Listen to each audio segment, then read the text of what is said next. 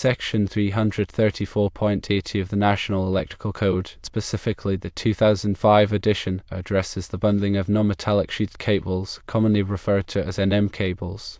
It states that where more than two NM cables, each containing two or more current-carrying conductors, are bundled together and passed through wood framing that is to be fire-stopped or draft-stopped using thermal insulation or sealing foam, the allowable ampacity of each conductor must be adjusted according to Table 310.15b2.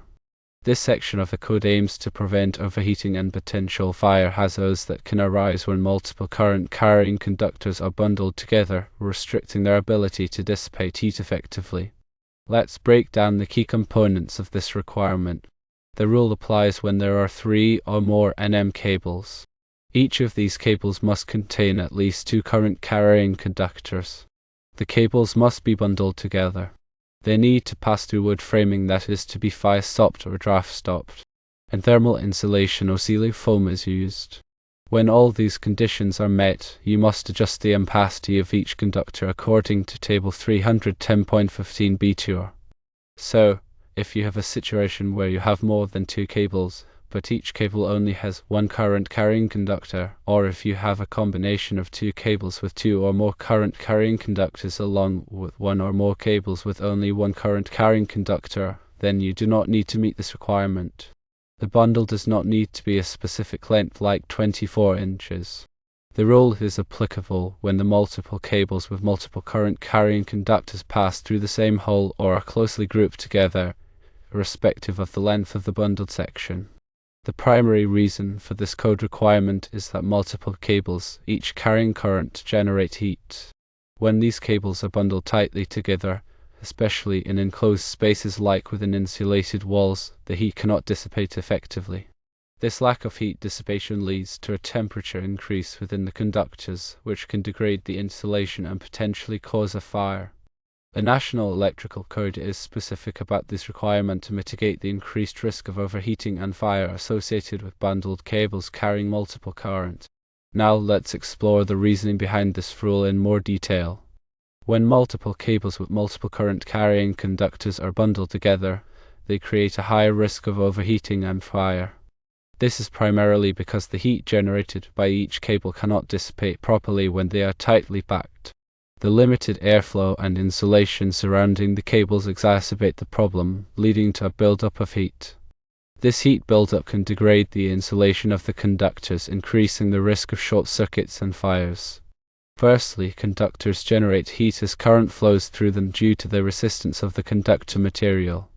The amount of heat generated is proportional to the square of the current and the resistance of the conductor, as described by Joule's law.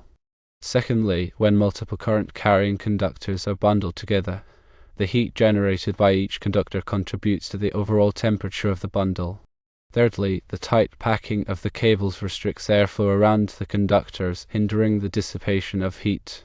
Fourthly, the presence of thermal insulation or sealing foam further exacerbates the problem by trapping heat within the bundle. And lastly, the increased temperature can degrade the insulation material of the conductors, reducing its ability to withstand electrical stress and increasing the risk of insulation failure. However, when there are fewer cables with multiple current-carrying conductors or when multiple cables have only one current-carrying conductor, the risk is significantly reduced. In these scenarios, the heat generated is less concentrated, and the cables can dissipate heat more effectively. As a result, the code does not apply to these situations. Now let's delve deeper into understanding the term current-carrying conductor. A current-carrying conductor is a conductor that normally carries current under regular operating conditions. In a typical single-phase circuit, the hot wire and the neutral wire are both considered current-carrying conductors. In a three-phase circuit, all three-phase wires are considered current-carrying conductors. The ground wire, or equipment grounding conductor, is not considered a current-carrying conductor because it only carries current under fault conditions. When determining the number of current-carrying conductors in a cable, it is essential to consider all the conductors that carry current under normal operating conditions. Now, let's look at the impact of Table 310.15b2 on ampacity adjustment. This table provides adjustment factors that must be applied to the allowable ampacity of conductors when multiple current-carrying conductors are bundled together. The adjustment factors vary depending on the number of current-carrying conductors in the bundle. For example, if there are 4 to 6 current-carrying conductors in a bundle, the allowable ampacity must be reduced to 80% of its original value. If there are 7 to 9 current-carrying conductors in a bundle, the allowable ampacity must be reduced to 70% of its original value. These adjustments ensure that the conductors do not overheat when bundled together.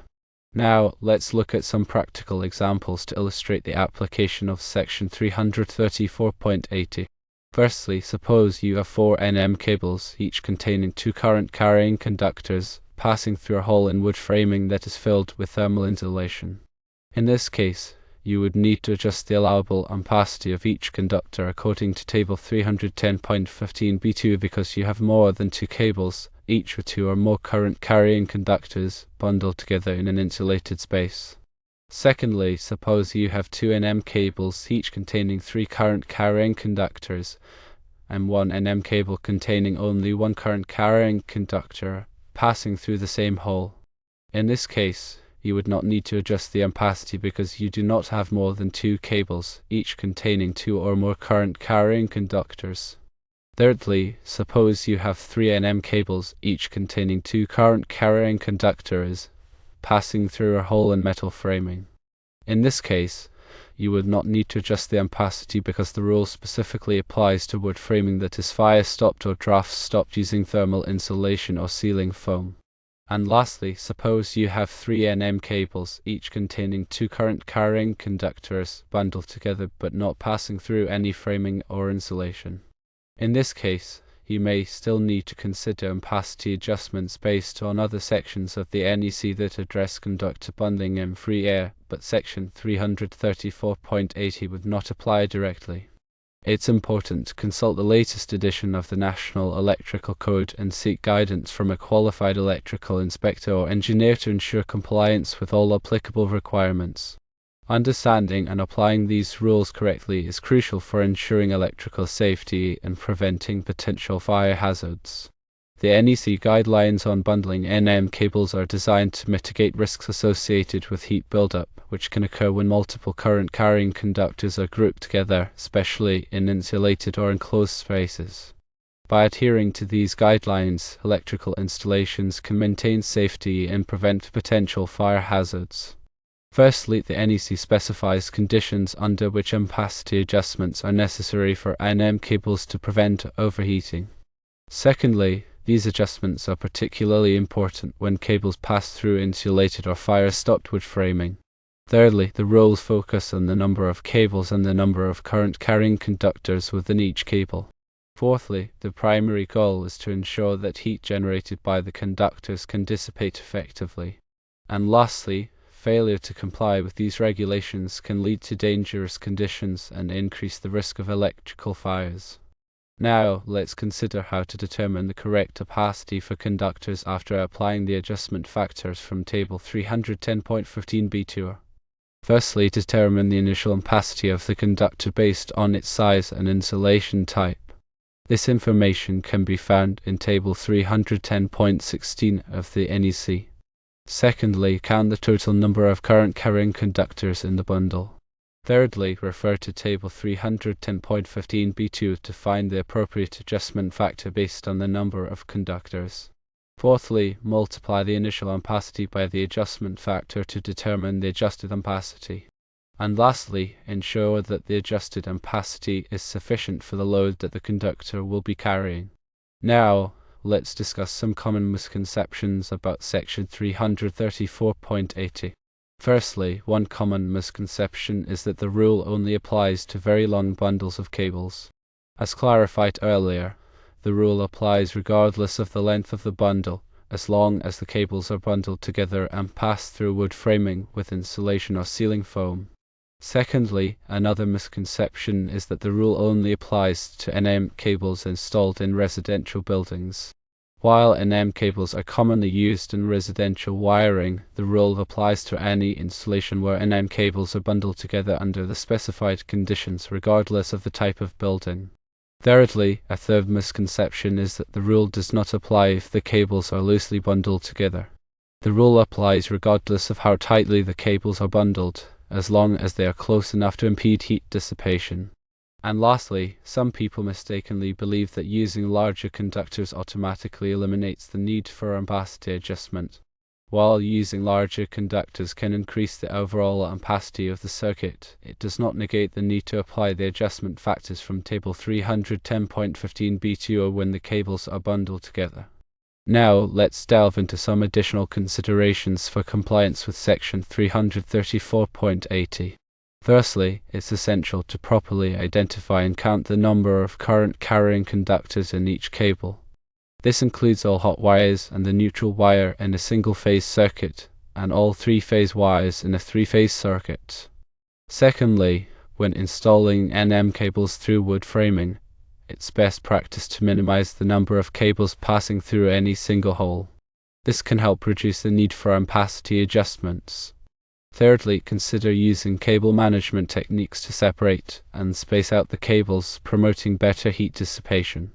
Fourthly, if ampacity adjustments are required, ensure that the adjusted ampacity is clearly marked in the circuit breaker or fuse protecting the circuit. And lastly, regularly inspect electrical installations to identify any potential issues with cable bundling or overheating.